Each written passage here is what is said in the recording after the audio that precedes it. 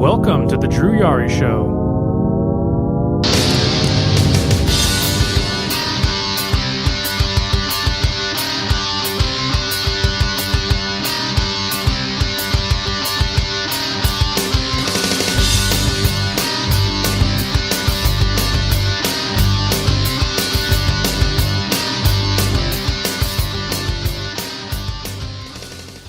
Hey, what's going on, guys? It is live.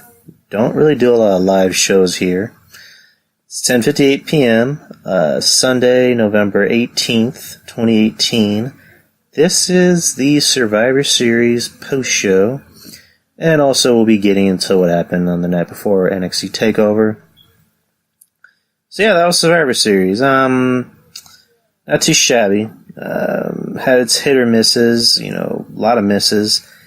But, it wasn't a terrible show. I guess we can start right away. I kind of want to get this done before midnight. I don't want to go over into the next day, technically.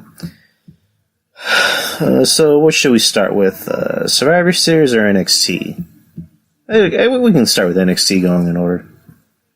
NXT TakeOver, Los Angeles. It was on Saturday, November 17th, at the Staples Center, Los Angeles, California. The night began with Matt Riddle coming to the ring, cutting a promo, and I've never seen Matt Riddle in action, at all. He's a guy that I would see a lot about, and I've never seen him wrestle. And this isn't me trying to be he's not that impressive. Granted, this is just a squash match, but he has something. He fits the persona that he's trying to portray out there, which is, he's the dude, he's the bro, hence his catchphrase, which is bro. His theme song literally is him saying bro. And the lyrics of the song are literally just saying bro, bro, bro, bro, bro, bro, bro, bro. It almost kind of sounds like Samoa Joe's current theme song, but instead of saying Joe, he's just saying bro, bro, bro, bro, bro, bro, bro. So I don't know, but yeah, he comes out, cut his promo, because the talk was that he wasn't even supposed to be on NXT TakeOver, that it was just going to be a pre-show match. I didn't see what happened in the pre-show because I actually missed TakeOver, live when it was happening because I was working. I actually asked for that day off, but for whatever reason they didn't give it to me off. So I made sure to avoid all spoilers, came home, watched it with an open mind, made sure I didn't know what the hell was going on before I watched it. Matt Riddle comes out. Cassius Ono comes out with his two sizes too small. I guess it was either Kansas or Kentucky's college basketball jersey that just says his name. Comes out, gets his face caved in by Riddle. Matt wins the match, and that's really it. They're supposedly going to continue their match. Or going to have another match on the next episode of NXT, which is Wednesday. So, I don't know. Maybe I'll watch that. I don't know. It's just, I feel bad because I haven't watched an episode of NXT in ages. I don't think I've watched an episode of NXT in 3 years. 3 years. And that was when it was in his golden era, when it had, Finn Balor and Bayley and Joe and Kevin Owens and fuck, that was a long time ago. It was it happened 15 years ago, pretty much. So yeah, Matt Riddle comes out. I got a kick out of his gimmick that he comes out wearing sandals and then he kicks them off. I thought that was pretty cool. Because his whole shtick is that he doesn't wear shoes. And, we were under the impression that, WWE's going to make him wear shoes because I guess it looks dangerous that he's not wearing shoes. So he just wears the sandals and he kicks them off. I thought that was pretty funny. Yeah, this match served its purpose. It was just supposed to have Matt Riddle debut on TakeOver just for the sake of debuting. Next match on the card is two out of three falls for the NXT Women's Championship. Shayna Baszler versus Kairi Sane. Shayna winning 2-1 as expected. Overall, it wasn't a bad match. These two, they have good matches. They're not lighting the world on fire. Then again, Shayna's whole shtick is that she's not supposed to be, Roderick Strong or Kyle O'Reilly. She's just supposed to be the girl that just goes in there and beats the shit out of you. Not everybody can pull that off. Sonya Deville.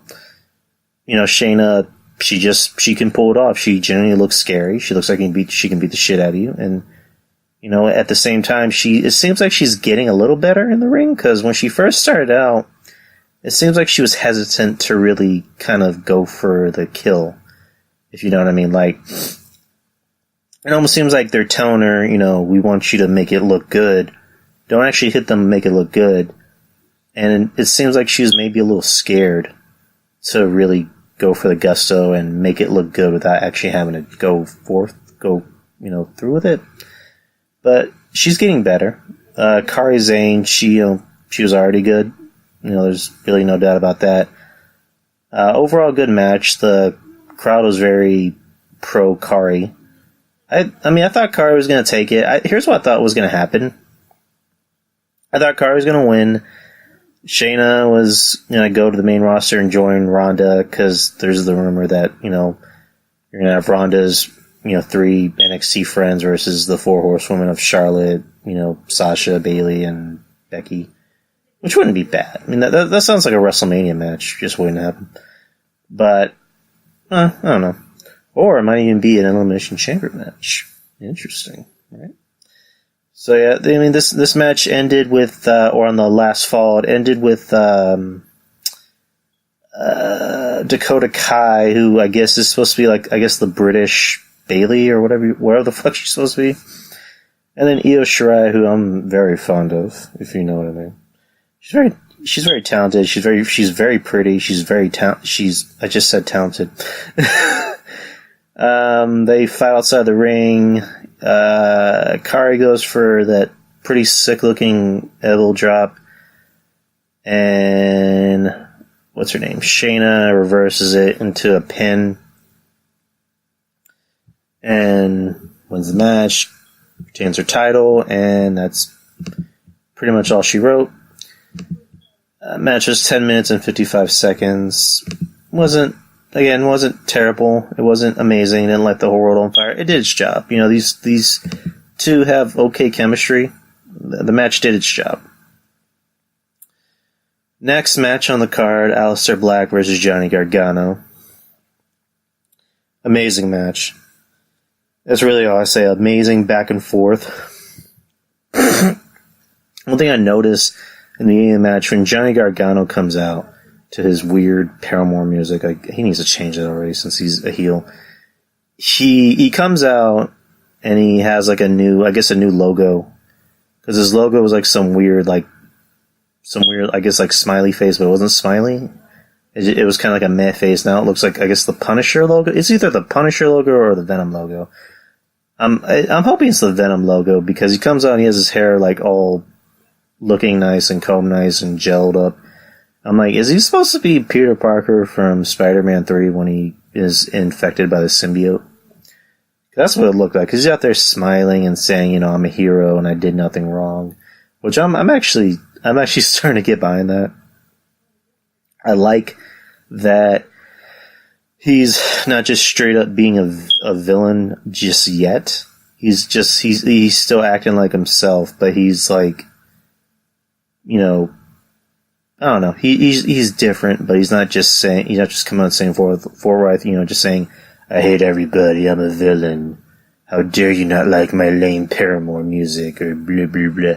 No, he's coming out saying, yeah, I still love you guys. The guys that support me, I still love them. I didn't do anything wrong. You know that, guys, right? I just wanted the title, and Black just happened to be in my way, and I had to take an opportunity to get him out of my way. So, and then Black, of course, comes out with his, cool ass vampire Satanist entrance. They have a great match, back and forth. I need to watch that match again. There's some good, trash talking, Johnny Gargano mocks Black's, I guess, crisscross pose that he does in the ring where he sits down. He mocks his whole shtick where Black, uses his foot to bring his face up. Overall, the match ends with Black using Black Mass, I believe, twice. And he looks at Johnny and lifts him up with his foot, saying, "I relieve you of your sins." I believe that's what he said. 1, 2, 3. That's the end of the match. And where do we go from here? I'm pretty sure Black's going to be inserted back into the title picture. He's either going to win his title back, or he's going to be put on the main roster. That's pretty much the vibe I'm getting, because the Royal Rumble is coming up pretty soon. And we're 2 months, close to it. I'm pretty sure Black is going to be put into the Royal Rumble somehow, or he might debut the night after. I don't know. That's just me. Great match, by the way. I think this next match might have topped it. Tommaso Ciampa versus Velveteen Dream, NXT Championship. I don't know. I was kind of conflicted about how this match was going to be. I knew it was going to be good, but I just didn't know how good it was going to be. It was fucking amazing because you had the hype around it. First, you had Dream come out dressed as Hollywood Hulk Hogan, which I think was pretty cool. Tommaso Ciampa comes out to music, which I didn't like the fact that he came out to music. I like the fact that he was kind of going the old school route of not coming out to music. Because his whole shtick is that he doesn't like people and that people that boo him suck. So now he's like, fuck you, I don't need to put on music to entertain you. So, I mean, and then he comes out to just this weird, kind of generic, nu metal music. I mean, come on, it's Tommaso Ciampa. Give him better fucking music. Or maybe he liked that music, I don't know. Anyways, great back and forth. Great chemistry between these two. Really good. There's a lot of involvement of these two being outside. Like it seemed like every 5 minutes someone was always throwing someone outside. And no, that's beside the point. There's a lot of false finishes, which I thought was pretty cool. Let's see. I don't know. I honestly thought Dream was going to win this match. Because Dream is over as fuck. And I don't know. I thought the right idea would have been to give Dream the title, but then again, Ciampa is kind of barely into his title run. I think he won it back in like July. So I don't know. They want to kind of like marinate that for now. Towards the end of the match, at the last 5 minutes, they spill out into the outside of the ring, and you just hear Mauro Ranallo just going ape shit, oh my god, Ciampa, he's a piece of shit, I hate him, he sucks. And then Ciampa, I think, throws like a notepad at Mauro, just telling him to shut the fuck up. Which I'm just like, oh my god, they got the announcers involved in the match too. So, anyways, and before that, Ciampa, he, I guess, stripped the padding on the floor of the ring because he was going to do like a DDT to Dream, and that's when they spilled over into the announcers. Dream does like a Death Valley driver he does a Death Valley driver on Ciampa onto the floor, throws him to the ring, goes for his patented elbow drop. You think he's going to win. Ciampa kicks out. He ends up rolling on the side of the canvas, the ring canvas. Dream goes for that elbow drop that he did to EC3 at the last takeover. He misses, and it looks like he actually legit hurt his elbow. Ciampa throws him back to the ring, DDTs him onto the metal part that's between the two rings. Pins him, wins, and again, I honestly thought Dream was going to win. I'm happy that Ciampa won, but I thought Dream was going to win. I wouldn't have been, mad if he did, because again, he's over as fuck. I thought this was the match of the night. It was hard choosing between Black and Gargano and this match, but I honestly thought this match kind of topped it. It had better storytelling. It had false finish after false finish. It made you believe that Dream had a possibility of winning, because with Black and Gargano, I knew Black was going to win. I knew Gargano wasn't going to win. That's pretty much just how it is. They love Black. They love Gargano too, but they love Black even more. But with Ciampa and Dream, when you don't know what the fuck's going to happen in a wrestling match, I think that's what kind of makes it better, because that gives you that kind of thought process of, is this guy going to win? It looks like he's going to win. Oh my god, I think he might win. Oh shit, he didn't win. I'm pissed off. I hope he, gets it the next time. So yeah, there's this match, 22 minutes and 25 seconds. The main event, War Games, Pete Dunne, Ricochet, and the War Raiders versus the Undisputed Era. Adam Cole, Bobby Fish, Kyle O'Reilly, Roderick Strong. 47 minutes and 10 seconds. Okay match. There was a point where I fell asleep for about 5 to 10 minutes. I mean, I think it might have had to do with me coming home late. But, I don't know, this is just a very long match. I mean, understandably so. It starts out with two guys. It started out with two guys from both teams. Or one guy from each team and the other guy from another team. Ricochet from his team, and then Adam Cole from his team, and they went at it for about 5 minutes. And then somebody else from Undisputed Era came in and wrestled for about 2 minutes, and then one of the War Raider guys came in, and someone else from Undisputed Era came in, and blah, blah, blah. Pete Dunne was the last guy to come in, and before that, I believe, I'm forgetting who. This is when I kind of woke up during the match. Somebody, I guess, had stolen the key to open up Pete Dunne's cage and threw it into the crowd. And, they're scrambling to try and get him in. And then one of the refs get bolt cutters and cut the chains to open his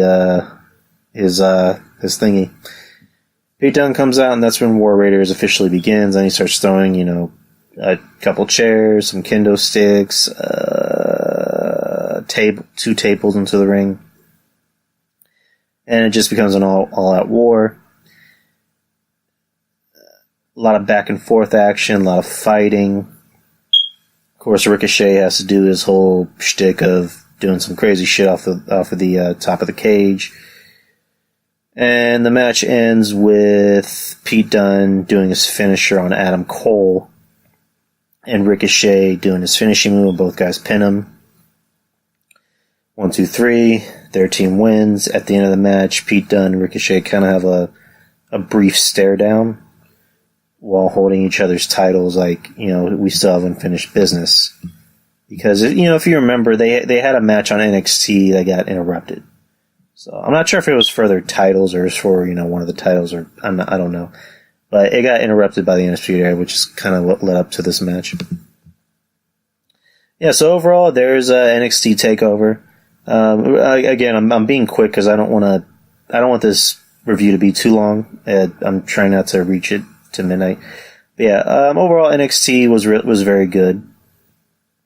I mean, it's rare when a takeover is bad or even okay. I think the NXT takeover from last year, the Brooklyn takeover that had Bobby Roode versus Drew McIntyre in the main event, that was pretty not good. But, it wasn't terrible. Compared to a WWE pay-per-view, it wasn't terrible.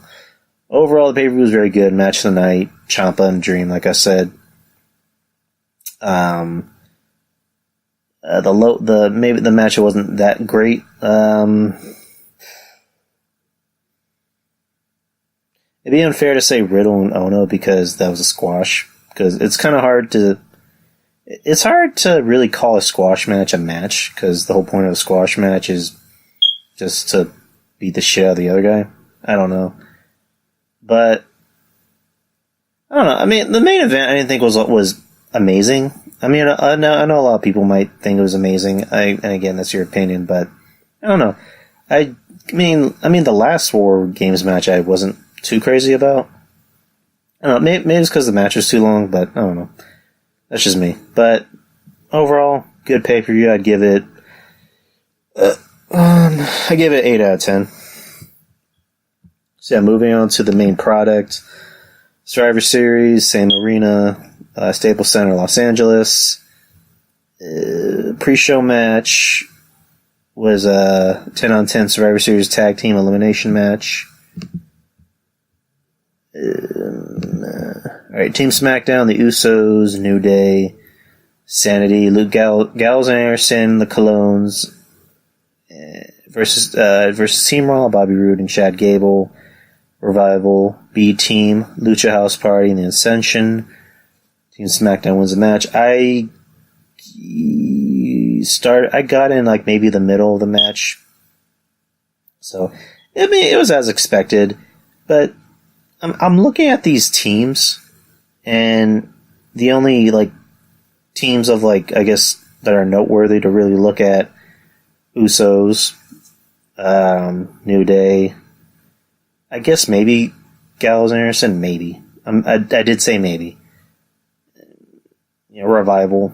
That's about it. I mean, the tag team division has kind of gotten a little stale, which is why I'm kind of looking forward to the brand split just being done, because we need to go back to having one set of tag titles, like it is to having one set of, or just one women's title, one world title, one, mid-card title, preferably the Intercontinental title, keep it old school.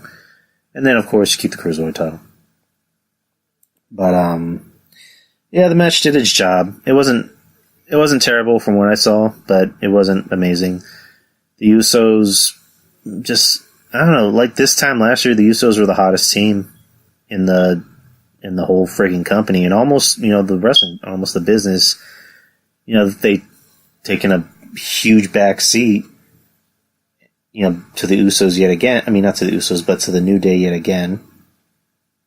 And that, I don't know, that kind of sucks. Maybe, I don't know, it'd be interesting to send the Usos to NXT, just to kind of, like, cool them down, revitalize them, get them back to where they need to be. And apparently there's been talk about sending a lot of guys to NXT, which I think would be the better idea, because didn't they used to do that back in the day? Like, Big Show, he wasn't up to snuff, so they sent him to OVW to, kind of get his, feet back on the ground. They did the same thing with Kane. I think Undertaker made some appearances in OVW. So they need to kind of go back in that old school mentality of, hey, if we don't have anything for you, let's send you to developmental, see what we can do, see if you can help out the young guys. Those would be some interesting matchups. The Usos versus the Undisputed Era. I mean, you could put, who else could be there? Put Rey Mysterio versus Johnny Gargano. That'd be an interesting match. Yeah, this match is 22 minutes and 20 seconds, pre-show match. Now let's get to the main card. The main card, first match on the show. Team Raw, women. Mickie James, Nia Jax, Tamina, Bayley, and Sasha. Who, it was announced in the pre-show that Sasha and Bayley were going to replace Ruby Riott and Natalya, because Ruby and Natalya couldn't, I guess, get along. Okay. So they had Bayley and Sasha. With Alexa Bliss as the captain. They defeated Team Raw, or Team SmackDown, which consisted of Naomi, Carmella, Sonya, Asuka, and Mandy Rose. 18 minutes and 50 seconds. Not a terrible match. Nia got super fucking nuclear. Like, cause, it's kind of like a trend. Sorry, something right on my leg. Alright. It's kind of like this weird, kind of like almost 180 where Tamina comes out and she gets like nothing. Like she gets crickets. You can literally hear people texting on their phone. That's how much of a nothing reaction she gets.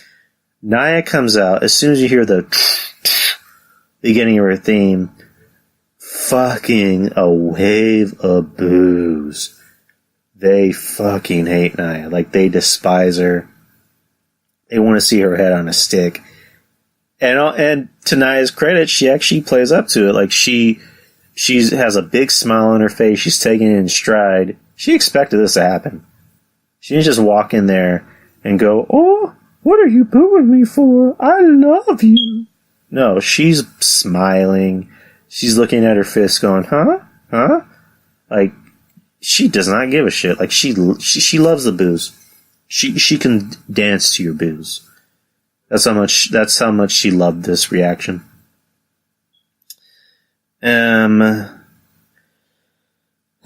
Basically what happens is, alright, Asuka, oh my god, you look at the SmackDown team, Asuka is the only one that is actually over. Naomi is not over. As much as I like Naomi personally, but she's not over. Carmella, can we not have her wrestle? Can you just fire Carmella, please? She sucks. Oh my god. Sonya Deville, it's weird because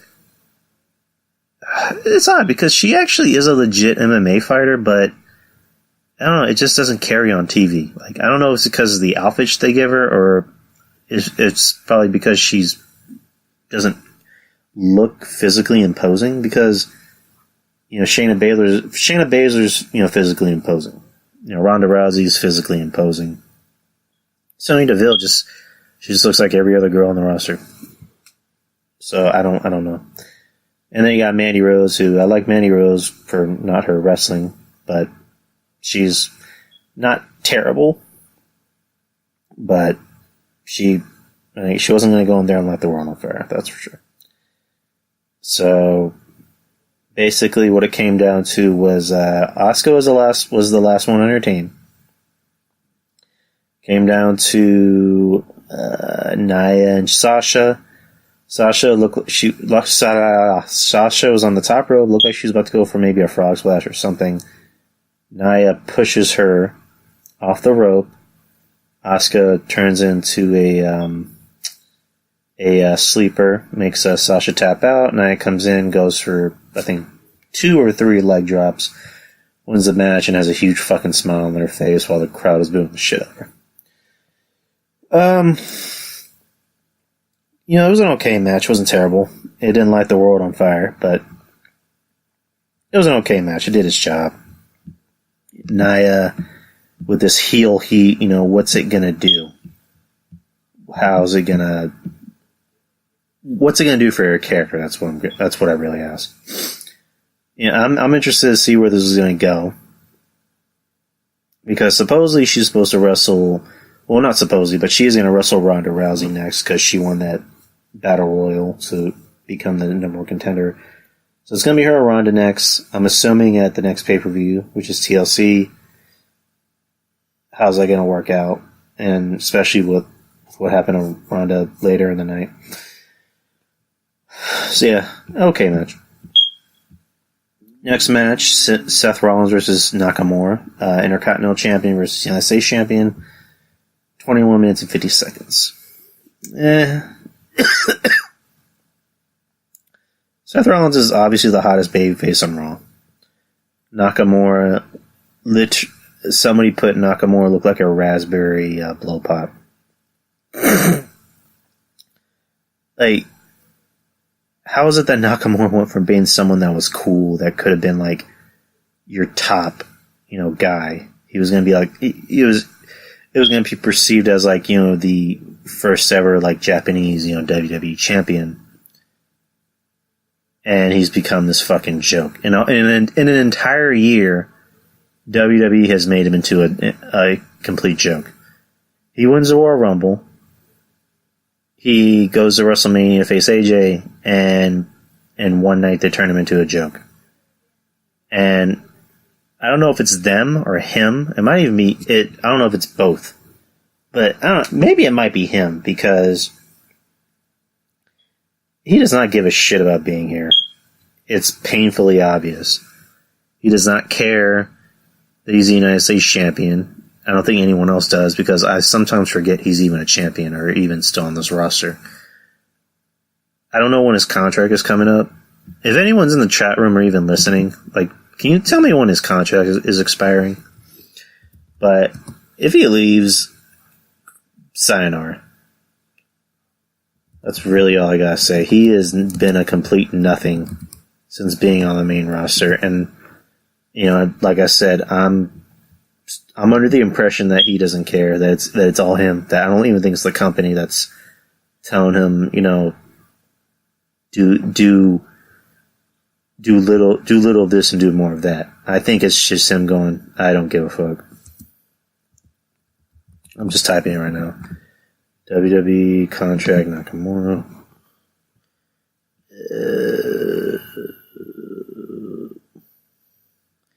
This contract will expire in January. Yeah, he's leaving. Yeah, he's gonna leave. And supposedly AJ Styles' contract will be expiring soon, but AJ's staying. We're not worried about AJ. Nakamura's gonna leave. Which, again, good riddance. But yeah, kind of a slow start to the match. Kind of picked up a little bit towards the end, but it wasn't. It was kind of a nothing. It was kind of, I don't know. I kind of got bored during the match. And of course, Rollins wins because it's Rollins. I was under the impression that Dean Ambrose was going to come out and cost him the match, but I don't know what. I don't know where this feud is going with Dean and Seth, because I'm getting the impression, and I'm saying that a lot, I'm getting the impression that the company doesn't care about this feud with Dean and Seth, because there's so many obvious ways you can make this feud, which is, the obvious thing would have been to just have Dean come out and fuck him, or not actually fuck him. Or maybe, I don't know, if you want to get that kind of heel heat on Dean, have him fuck Seth in the ring. I meant fuck him over. Because, Crown Jewel, you look at the card kind of wrote itself. I thought it was going to be Seth versus Miz in the finals, and then Dean comes out and costs him the match because Dean was there. Like, Dean was actually fucking there. And then he used him. Tonight, same thing. I thought Dean was going to come out and cost him the match, and Nakamura was going to get the win. But I don't know if they're trying to do the whole thing where it's like Dean doesn't care about Seth. Dean doesn't care if Seth wins or loses. He just wants to beat the shit out of himself. So I don't know. And then there was that weird promo on Monday where Dean is sitting on the roof of a car. Or no, he's sitting on some random car in the parking lot wearing a jacket next to a burning trash can, looking like he's in a rap video. And he burns his shield vest. It's weird. He's sitting next to a burning trash can wearing a gas tank. And it's like, Dean, you're literally going to light yourself on fire if you stand too close to that shit. So, that was an odd promo. A lot of people hated it. I didn't hate it. I just didn't understand it. It made no sense to me. It was like, the Shield made me weak. Roman made me weak. Seth made me weak. Everyone made me weak. No one likes me. Seth makes me feel stupid. He doesn't let me pick the songs in the car. There's that one time where I wanted to go to Denny's, and Seth wanted to go to IHOP. And then Roman said, hey, let's go to IHOP. Then we had to go to IHOP, but I wanted to go to Denny's. Okay. So I don't know where this feud's going. I thought I knew where it was going to go, but it doesn't seem like... I don't even know if the company knows where it's going to go. I don't know. But, yeah, Seth wins the match and had some weird backstage promo where he is talking to Charlie Caruso. They announce him and Dean at TLC. And Intercontinental Championship match, I don't know if it's just going to be a regular match or maybe they'll add a stipulation. I don't know, but they haven't said it yet. Maybe they'll announce it tomorrow or the week after that. I don't know. And then Seth kind of has that cringy comment of, hey, I gotta end this interview so I can go open a cold one. It's like, no. Seth, you don't drink beer. Come on. You probably have a protein shake and some fucking walnuts. waiting for you in your hotel room because you like to keep that perfect CrossFit body intact. So yeah, don't ever say that again, please. If it was Roman, I'd understand. I'd buy it. If it was Dean, I'd buy it. Seth, you don't drink beer. I'm pretty sure you don't even drink Zima. That's an old school reference for you youngsters out there. Next match, Authors of Pain versus The Bar in a Let's Make Drake Maverick Piss His Pants match.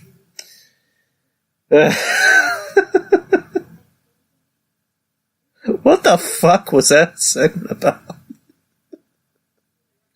So, I don't give a fuck about this match. I'll tell you about two things that happened. The second one you already know about.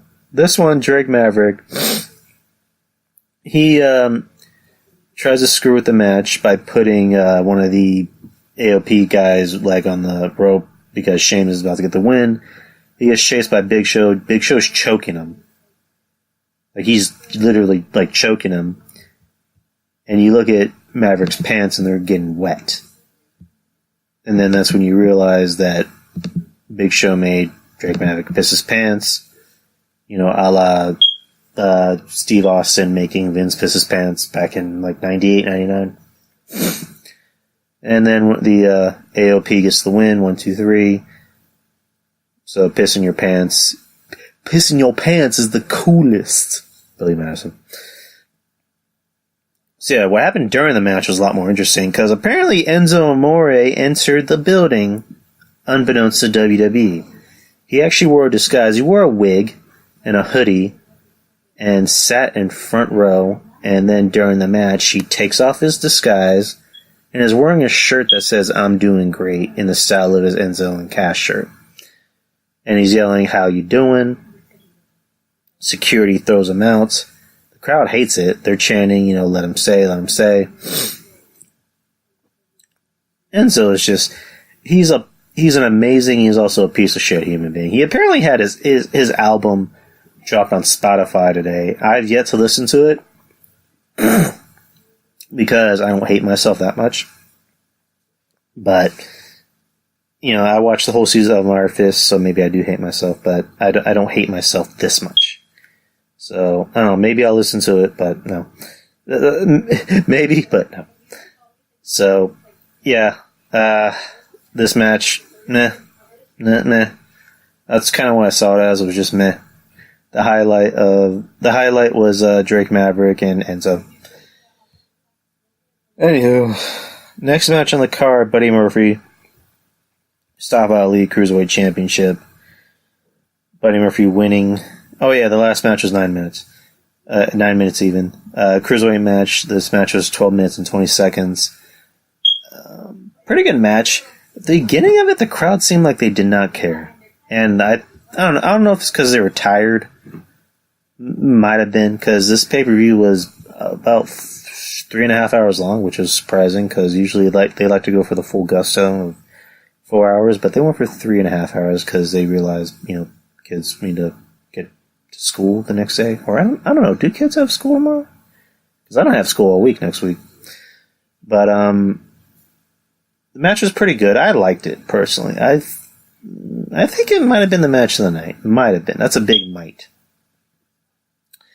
Mustafa Ali, I need to watch more of 205 Live. Again, I feel bad. I feel bad for not watching NXT enough, and I feel bad for not watching 205 Live because it's, 205 Live apparently is getting better. They have great talent on the show. Mustafa Ali, I've seen only a handful of times. I dig his style. I kept saying he looks like a little mini Seth Rollins because they both have really long, wet hair. They both have facial hair. I think they're both Middle Eastern, I believe. Because I know Seth is Armenian. I don't know what Mustafa Ali is. And they're both literally wearing the same fucking gear, except Mustafa's is bright and glittery.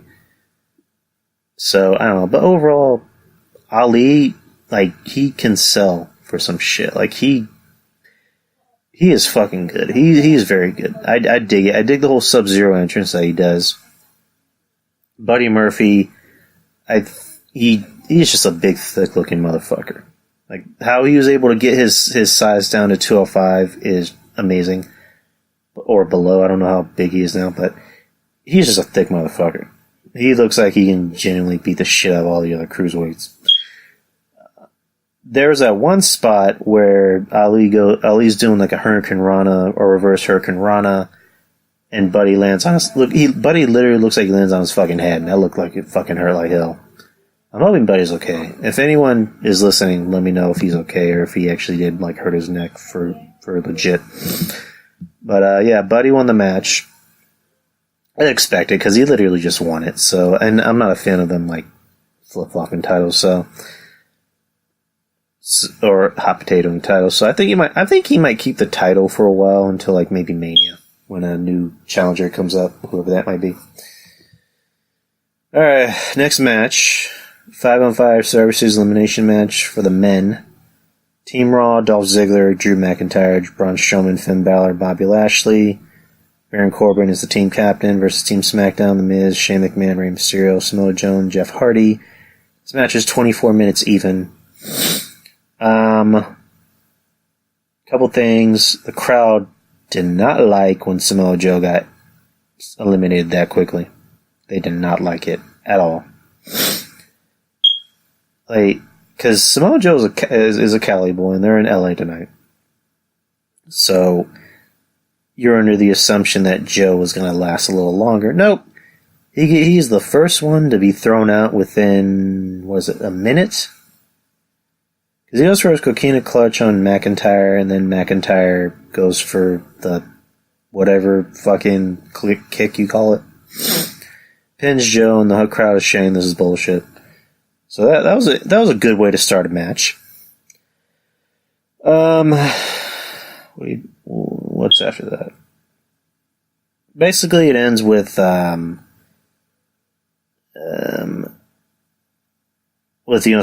getting the upper hand, and then Braun comes on. Well, okay, here's what happened. The whole SmackDown team was going after Braun, and then they hold him down on the table. Shane McMahon goes for a elbow drop off the top rope outside on a table, takes out Braun, and they fight for a bit. Then Braun gets back up and starts eliminating everybody on SmackDown, including Shane. Team Raw gets the win. And the final survivors out of Team Raw are McIntyre, Lashley, Strowman, and I think that's it. And then Baron comes out and attacks Braun from behind. So there you go with that.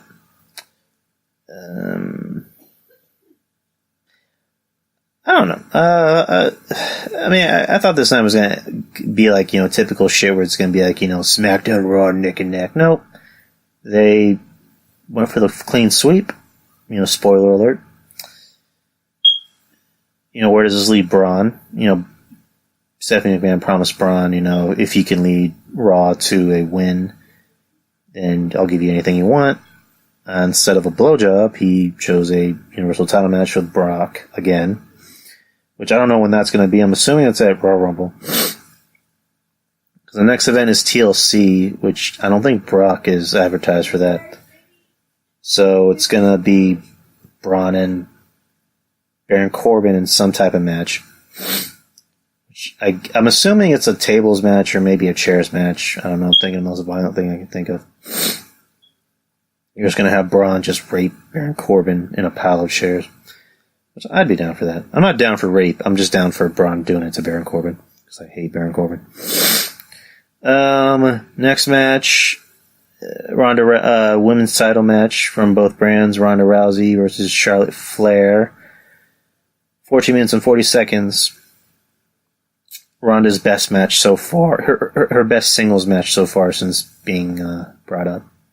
Or being brought up from UFC onto WWE. Really good back and forth.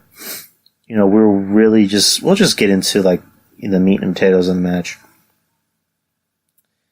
They're beating the shit out of each other. I'm not sure if Ronda put in a capsule because she's in a Boston Crab. I just see her face go up and she looks down and all of a sudden her teeth are bloody. So I don't know if she legit, maybe cut her tongue or cut something where her whole mouth is bleeding, but I don't know if did she put in a capsule? Does somebody know? If somebody knows, let me know. But her mouth is bleeding, And they're going back and forth. Ronda's trying to beat Ronda, or no, Charlotte's trying to see if she can beat Ronda. She realizes she can't, and then she brings out a kendo stick and starts beating the shit out of Ronda. And this is where it gets interesting. Charlotte not only beats her with this kendo stick, she fucking breaks 2 kendo sticks over Ronda. And then she brings out a chair. The referee tries to stop her, but she just she shoves the referee and starts beating Ronda with the actually she doesn't beat Ronda with the chair. Here's what happens. She tries to go after her with the chair, the referee stops her, and she comes back in the ring, does a natural selection on Ronda, on her face onto the chair. And then she puts the bottom of the chair over Ronda's neck and crushes her neck with it. We finally have heel Charlotte, which Joey Numbers from Wrestling Soup put on Twitter, and I don't have the tweet in front of me. Some lines of we don't have Becky, so we're gonna make Charlotte heel, or we're gonna make Charlotte act like Becky. Which I have been a proponent for making Charlotte a heel for a long fucking time. It's in her blood. She's not a good face, at all. She's not a very good face. She's better as a heel. She was born into being a heel. Her dad was a heel. She needs to be a heel. And I'm fucking ecstatic about it. Where does this leave Becky? Does Becky stay a heel and her and Charlotte kind of reform that horsewoman stable with Bayley and Sasha and go up against Ronda's crew at, say, a WrestleMania or Elimination Chamber? I don't know. It seems like the way to go. So that's just my opinion. But overall, the match before, how it ended was pretty good. But, Charlotte finally getting that reaction back, the thank you Charlotte. And, for Ronda, I feel bad because, she's still learning. She's green. She's very green. This match, I think, kind of made her better. She has better ring awareness, noticed during the match. And I think she can only get better. Her next match is against Nia Jax at TLC, I'm assuming. So, and I don't know how it's going to work out because Nia now has this new heel heat. And Ronda is now, I guess, the sympathetic babyface now. And she's going to be walking in with a lot of anger, a lot of pent-up anger and aggression. And I'm actually very interested to see how that match turns out. So, anyways, main events, which I'm surprised this is the main event. Or actually, you know what? I think Ronda and Becky were supposed to main event it, but obviously, you don't know what happened to Becky. Yeah, main event, Universal Champion versus WWE Champion, Brock Lesnar versus Daniel Bryan. Daniel Bryan comes out to his music, does the yes pose for a second and then stops. So I'm not sure where his heel turn is going. But he comes out, and the whole time you hear the announcers, Renee and Corey, Daniel looks like he knows something that we don't know. And I'm saying this a lot, I was under the impression that is somebody going to come out and attack Brock for Daniel? I don't know. So yeah, he comes out, Brock comes out, and then Daniel is kind of goading him and taunting him, which I thought was pretty interesting. So the majority of the match is just Brock raping Daniel. He is just fucking killing him.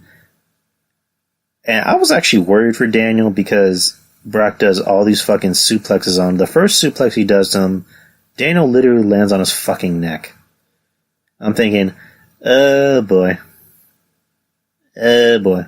It looked fucking painful. I was actually scared. I actually thought Daniel, that was going to be it for him. And I look at Paul Heyman's reaction, and I'm like, is he in character, or does he legit look like he's worried about Daniel Bryan? So, because because as much of a dick as, Brock Lesnar, people say he is, I don't think he would purposely kill somebody in the ring. If he knew somebody was hurt, I don't think he would, continue to do it. Or maybe, they're doing wrestling talk where, they're talking in the ring. Maybe Brock was asking Daniel, are you okay? Do you want me to tell the referee to stop, or do you want me to end the match early? And Daniel with his long hair disguised him saying, no, keep going, I'm good. So, I don't know, I guess that's what happened, Brock goes for an F5, doesn't want to pin him, wants to keep beating the shit out of Daniel.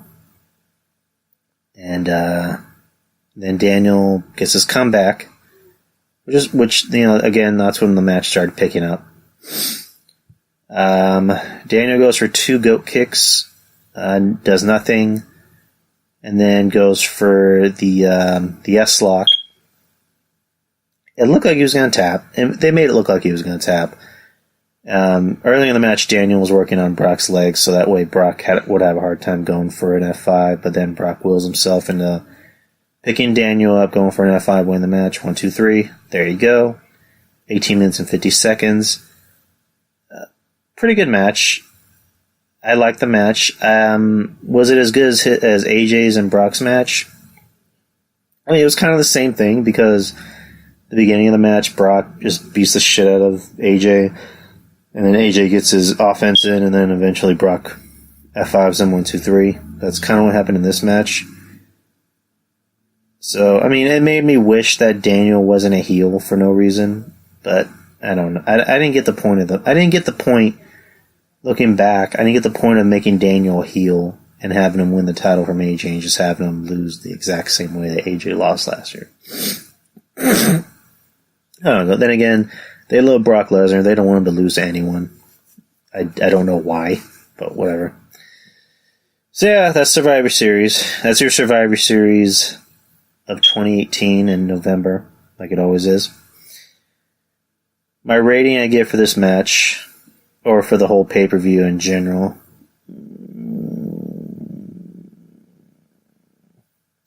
out of 10, I'd give a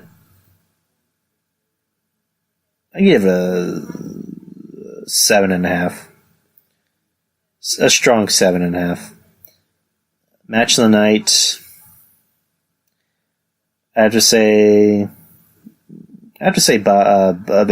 Buddy Murphy and Mustafa Ali. I think they killed it. They went out there and did a great job. The worst match of the night, Authors of Pain versus The Bar. That was a nothing match. I knew it was going to be nothing, and it was nothing. The only highlight of it was that Enzo was doing his shtick outside of the ring, and then Drake Maverick peed his pants for no fucking reason.